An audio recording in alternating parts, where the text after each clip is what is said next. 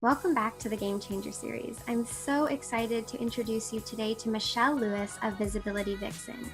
Michelle is a visibility expert who specializes in podcasting, live streaming, and other video techniques so that lady entrepreneurs can skyrocket their visibility, monetize their success, and finally start changing the world with their unique gifts. Michelle has a TV and film background, working both in front of and behind the screen on shows like Pretty Little Liars and Chuck. Today on the Game Changer series, Michelle and I talk about why she's obsessed with sales funnels and creating purposeful content, as well as the secret to being confidently visible, even if you feel like a total introvert and you're not quite ready to get in front of the camera. And we also chat about how to strategically plan out a full quarter's worth of content and then take that content and repurpose it to continue working for you for the rest of the year. So if all that sounds good, let's get started.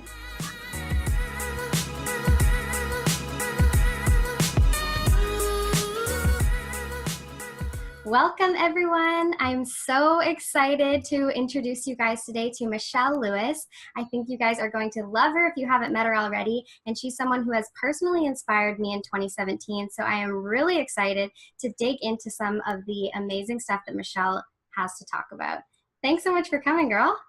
I'm so excited, Alyssa. You know I love you. I've loved you since your first live stream. So I'm like, yes, Alyssa. So I'm thrilled to be here. Yes. So, as you know, live streaming and getting more visible this year has been one of my big to-dos. It's kind of at the top of my to-do list in order to feel more connected. And the Game Changer series is just one way that I'm doing that this year. So thank you so much for inspiring me to get more visible and just do it already, because that's kind of the biggest first step. But something that I love about what you do and kind of how I discovered you is everything that you put out into the online world seems to be very purposeful. So as soon as I saw some of your free content around visibility, the next thing that happened, conveniently enough, is I was, sent on my way to download your visibility opt-in. I think it was your Comfy on Camera challenge. And then from there, I was, introduced to your offer. And I just, I love and I find it so, purposeful the way that you're putting out content. And I'd love to kind of hear more about your strategy of really, do you have your whole year planned out, or how does this work in your world? It was such a journey. I mean, when you first start out in this business, you're like, what am I doing? What's going on? Like, you maybe make a lead magnet, but that's it. And you're just kind of flailing around in different Facebook groups and stuff. So I definitely had my time of flail. I don't want anyone to think like it was all perfect for me. Yes. But I'm also a very type A organized person, which I think you are too.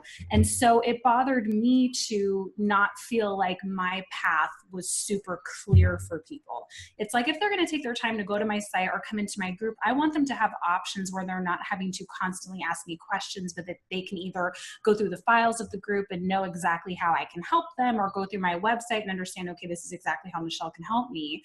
So when I started Visibility Vixen, it's like, okay, people can just jump on camera, but that's not really visibility. It's much deeper than that. And you can, of course, you can live stream or you can put up a video, but you also need to have the systems and the branding in place to make it all a cohesive thing. Yes. So it's still a journey for me. I'm in the process right now of taking every piece of content I've made, blog posts, YouTube videos, podcasts, and getting all the graphics done and getting them into the social media scheduler. So it's not like I'm absolutely perfect, but I do definitely have a plan of how can I work smarter and not harder, because the last thing you want to be doing, especially if you're creating a course or a group program, is also thinking about, oh, I have to post on Instagram today. And what am I going to put on Twitter? And what am I going to put on? It can make you lose your mind. So I feel like for me, it was just a journey of self-preservation, but also offering my best value online, of making sure that people always know that there's somewhere to go and there's some kind of visibility journey to take. Amazing. So when you say you're getting all your content together, do you mean that you're taking everything that you've done in the past and now putting it into a scheduler so that it automatically does its thing for you all the time? Yeah, so I have been using Meet Edgar for that for the past year, and it's been great, but it hasn't been all of my content. So Okay. I'm talking like graphics to represent my free opt-ins or my low-cost workshops, my courses, my videos, my podcasts. I feel like that's something that we can really space out on doing because we're so busy building that we don't have a system in place to constantly promote. And so I think that that's the best thing to do. And especially if it's a low cost option versus just putting everything into Facebook ads. So that's something that Right. I've been really, really working on, because if you've created all of these things, why not have it constantly going out to your people, especially on a platform like Twitter, where, you know, the feed disappears in a couple of seconds. Why not be having your, like for me, it's Meet Edgar, posting every 30 minutes or whatever, something new and something engaging. So that's what I've been really working on the past couple months. I love that. I love that so much. And as you know, I'm really like a stickler about not having a crazy long to-do list. So getting automation into your life is like key. Must. Yeah. Must. So what else do you automate in your business and just like set it and forget it as much as possible? So many things. Well, the systems that I used to use in my business were like, okay, this email responder here, this landing page here, this checkout page here. And for people that are just starting out, there's no problem with that. That is what I do advise if you're going to be using Samcart or ConvertKit or lead pages. Like, that's wonderful. But as your business starts to grow, you kind of need everything more in one place. So in the past 3 weeks, I've been transferring my entire system to ClickFunnels, which has been a totally different journey. It's learning a different language, guys. Like, I'm not going to tell you it's super easy, but it is everything all in one. So it's really simple for me. All of my affiliate stuff is right there in the system, the lead pages, the order forms, the order confirmations, like webinars. Like I said, my list.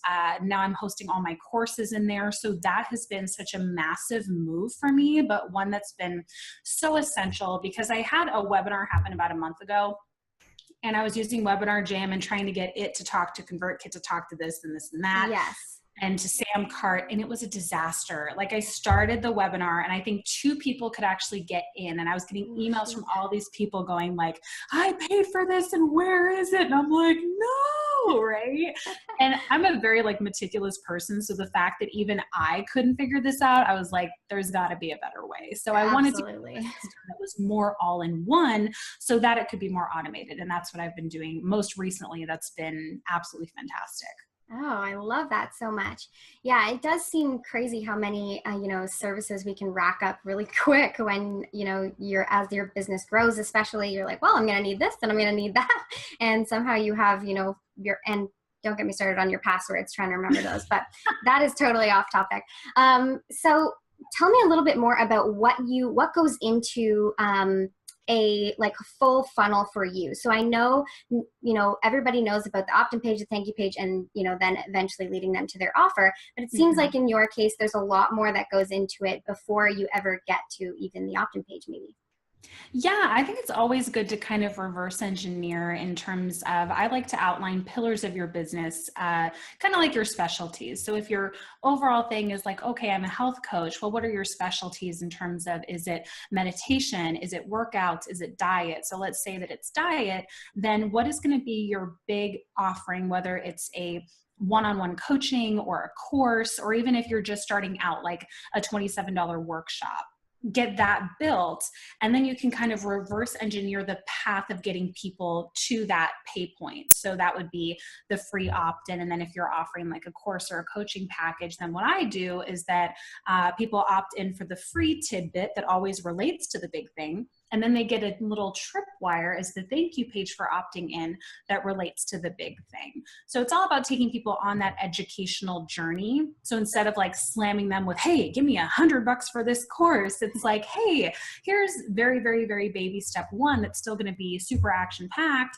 And then, hey, do you want to buy this like workshop or this masterclass for like $17, so that they start getting a taste of how it feels to buy from you, and whether or not how that experience feels for them. Because if they start to warm up and they're like, wow, that masterclass was absolutely amazing, and that was only $27, I can't imagine what her $97 or her $297 offering is. So I kind of like to take them on that journey of trust, and to prove that I know what I'm talking about, that it's not going to stop. Like, you're not going to take my class and be like, okay, that's everything Michelle knows on the subject, right? Yeah, That's kind of absolutely. how I structure it. And then I also, if you opt in and let's say you don't buy, then you're put into an educational email sequence. It's usually about 2 weeks. And I put in podcast episodes, videos, blog posts, that kind of stuff to just start that education and get them familiar with seeing your name, because it takes a long time of people seeing you for them to actually be like, oh, Michelle becomes the coach. Right. Yeah, exactly. And so when you say you have a tripwire that might be like a workshop or something like that, is that something that you're repurposing from free content in the past? You can absolutely do that. And that's a great idea. For me, what I've been doing is I test it in my group to see what people want to learn. I have a couple of things. I'm trying to figure out how to explain this the best way. Okay, so I have 4 workshops that relate directly to like each of the courses that I offer, which is fantastic. And that's how you can absolutely get started, is to have it be like that tidbit kind of that takes people into your course. What I'm doing now, because it's sometimes people are like, well, wait, I really want to learn about this and that doesn't have anything to do with podcasting or video. Maybe it's like repurposing content. Mm-hmm. Then I pull my group to see what they want to learn. And then I'll put together this, webinar. I'll charge them $27 for the first time, but then I'll repurpose that, have it under the workshops tab of my website, and then charge maybe double for it or whatever. So that works too. I think it's so important to have different revenue streams and to keep staying fresh in the eyes of your people, whether it's on your list or in your group. So there's so many different ways you can do it. I love that. So when you say you check in with your group and find out what they want, are you polling your group? How are you finding out what they want? Because I love that idea of just being really specific. Like, I'm going to make something for you. What do you want it to be? Absolutely. I think polling is such a great way to do it, because you want to minimize, like, yeah, sometimes you can get people to type in answers and that's great, but you have to think the majority of people, they want to click one thing and that would be it, right? Because they have a lot to do. So I like to put 3 or 4 options. Then I always put other and then say, please comment below. Mm-hmm. But most of the time they choose the ones that I just put in as the choices. And like this last time, I really thought they would want to learn about tripwires, and that did get some of the votes, but the majority got the repurposing content. So it's really nice to kind of be more in touch and go, okay, for this month, they want to focus on this. And then maybe next month I can talk about tripwires, because sometimes where we think our people are at, they really want help with this other thing, so that their mind is freed up to focus on this thing. Right. It's so true. And before I can even get there, I need help. Exactly. So when you say maybe, next month you'll start talking about tripwires, are you planning your content, meaning like even your podcast episodes and things like that, a month in advance, or do you already know what's going to happen, for the whole year? How does that work in your business? For me, it's in a little bit of a different place right now, just because I'm doing so much prep for the Visibility Summit, because that is going to be a month-long promotion that I'm like, okay, everything else kind of has to go on hold. But definitely for example, when I was building my Branding Like a Badass course, I started the prep, I finished the course, and that next month, I think it was February, all of my Instagram, Facebook, Twitter, podcasts were all about branding. And then what I do is, if I did a podcast on branding, I would take that link and I'd take the little, photo from it, and I'd put that into the evergreen email sequence when people did the opt-in. So I was really utilizing all of this content to build these evergreen funnels. I think it's really important, especially when you're first starting out, to have monthly themes, because it's really pushing you in how much you really know on something. Because you kind of think, oh yeah, I know some stuff about branding, but when you actually have to break it down into 31 daily posts, yeah, exactly how much you really know. And that helps establish you as an expert when people are coming across you on Instagram, Twitter, Facebook, whatever it may be. So I think it's a really, really, really good idea. And it's something people are starting to catch on to a little bit more. But I found the most opt-ins and the most engagement when I was really honing in on one huge subject every month. I love that. So when you're honing in on one subject, that's kind of under the umbrella of what your niche is. So you really think that you kind of break down what types of things you enjoy talking about, or how would someone go about really, being specific without feeling like they're talking about too many things? Yeah. So that's when it really comes back down to your pillars. So like the example we were using is a health coach. So they know, okay, my main pillars, and I don't think you should have more than 4 if you can help it, especially when you're starting out. Let's say you have eating, meditation, and working out or movement. Then your like January would all be about eating. Your February would be all about meditation. Your March would be all about, what was the other one I used? Movement. And so that way you have 3 months of content that you can build out. You're taking everyone into a larger offering. And then by the time you get to, I'm doing math in my head, April, you can go back to eating, right? It doesn't have to be the same content, but people are going to forget, and you're getting new people all the time. So why not utilize all that content for 31 days that you've built to put it on a schedule, because those are going to be your areas of expertise anyway. So I can go back and like have next month be systems month, because I have all the posts, I have all the copy, and that can be my social media campaign.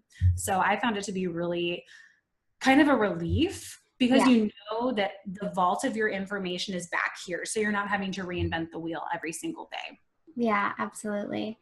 And I find kind of when you plan out your content, even if it's just for 3 months, it helps you first of all, get that headspace back that, you've been worrying about what you're going to post. Again. Right.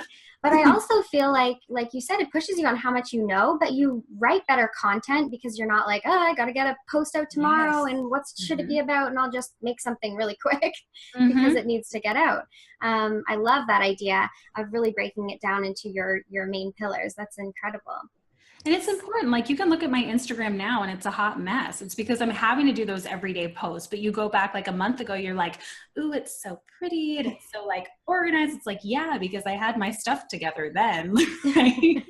Right. I was scheduled. Yeah, exactly. It makes you look much more cohesive, and it takes so much pressure off, where you can then have the freedom to go and get your next big idea.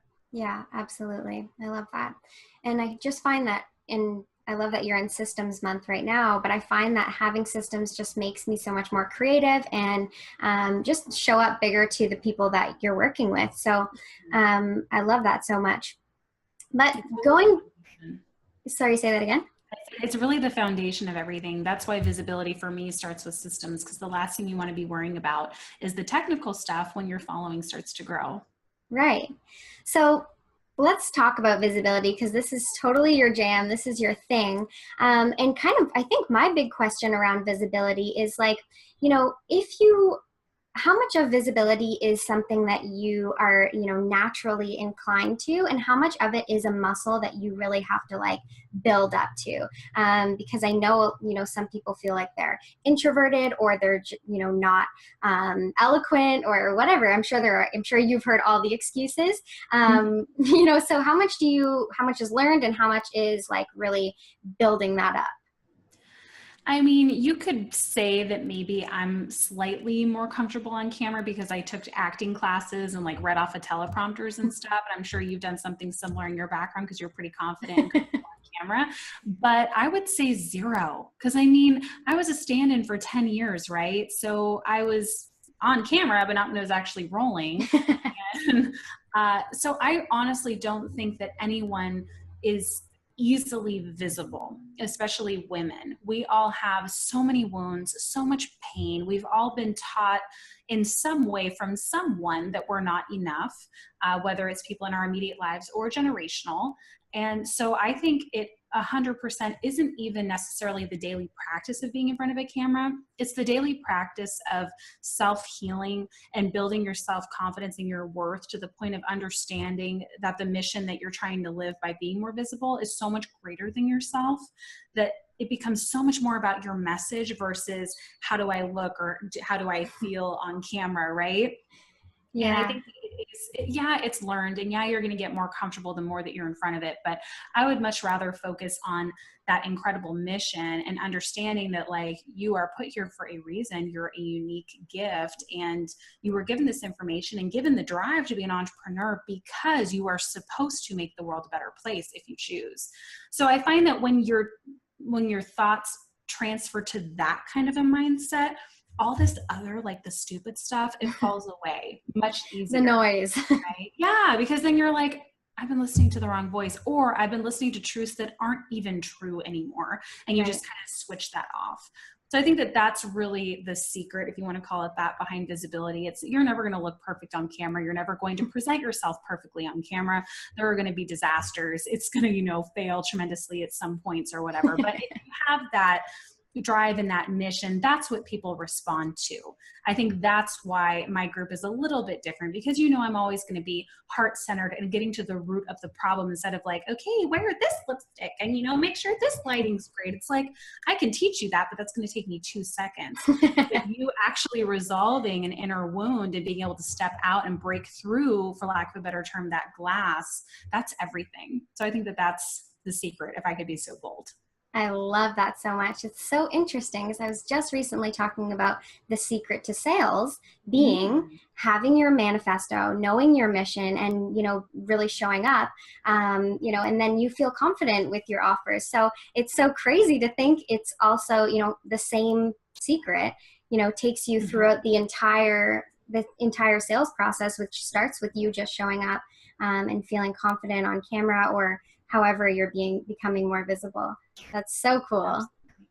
But yeah, everything is frequency, you know? So if I'm coming at something and feeling a little bit embarrassed and not totally confident in my offer, then I'm vibrating at what, like 250 or something? Whereas if I'm like, I cannot wait to make 200 sales of this because it's going to give me this much revenue so that I can donate 10% to this cause to build this in this place, and then use the rest to do ads to bring people into this so that I can change these people's lives, then I'm up at like 800 or 1,000. And people are so attracted to that, right? They want to jump on that forward moving train. They do not want to sit there in the slump with you. So I think it's all about being just that energy of knowing that people are going on a journey and they're actually making the world a better place by being in alignment with you. Yeah. Oh, I love that so much. And that's what I think is so freaking cool about, you know, people like you, the game changers, and, you know, the women entrepreneurs who are really like changing the face, I think, of entrepreneurship. We're here, and we're not here to talk about just what profits we're going to make. Yes, we are here to make bank, but we're also here for something that's way bigger than that. And that's how people like, you know, us and everyone watching this gets connected, and we feel that, like you said, that energy vibrating at 8,000 or whatever. I love it so much. So thank you so much for coming. You are absolutely a game changer, and this interview just made me know it that much deeper. And I'm so excited for everyone to check out something that's so freaking exciting. It's not ready yet, but as soon as this video goes live, it will be. And that is the Visibility Summit. And I will have the link for it in the description, and I can't freaking wait to see it. It is going to be exciting. For those of you that don't know, the Visibility Summit Message Mastery, I really didn't like what I was seeing online in terms of summits. It's like, okay, I'm tuning in and here's 40 or 60 or 70 speakers and they're all talking about different things.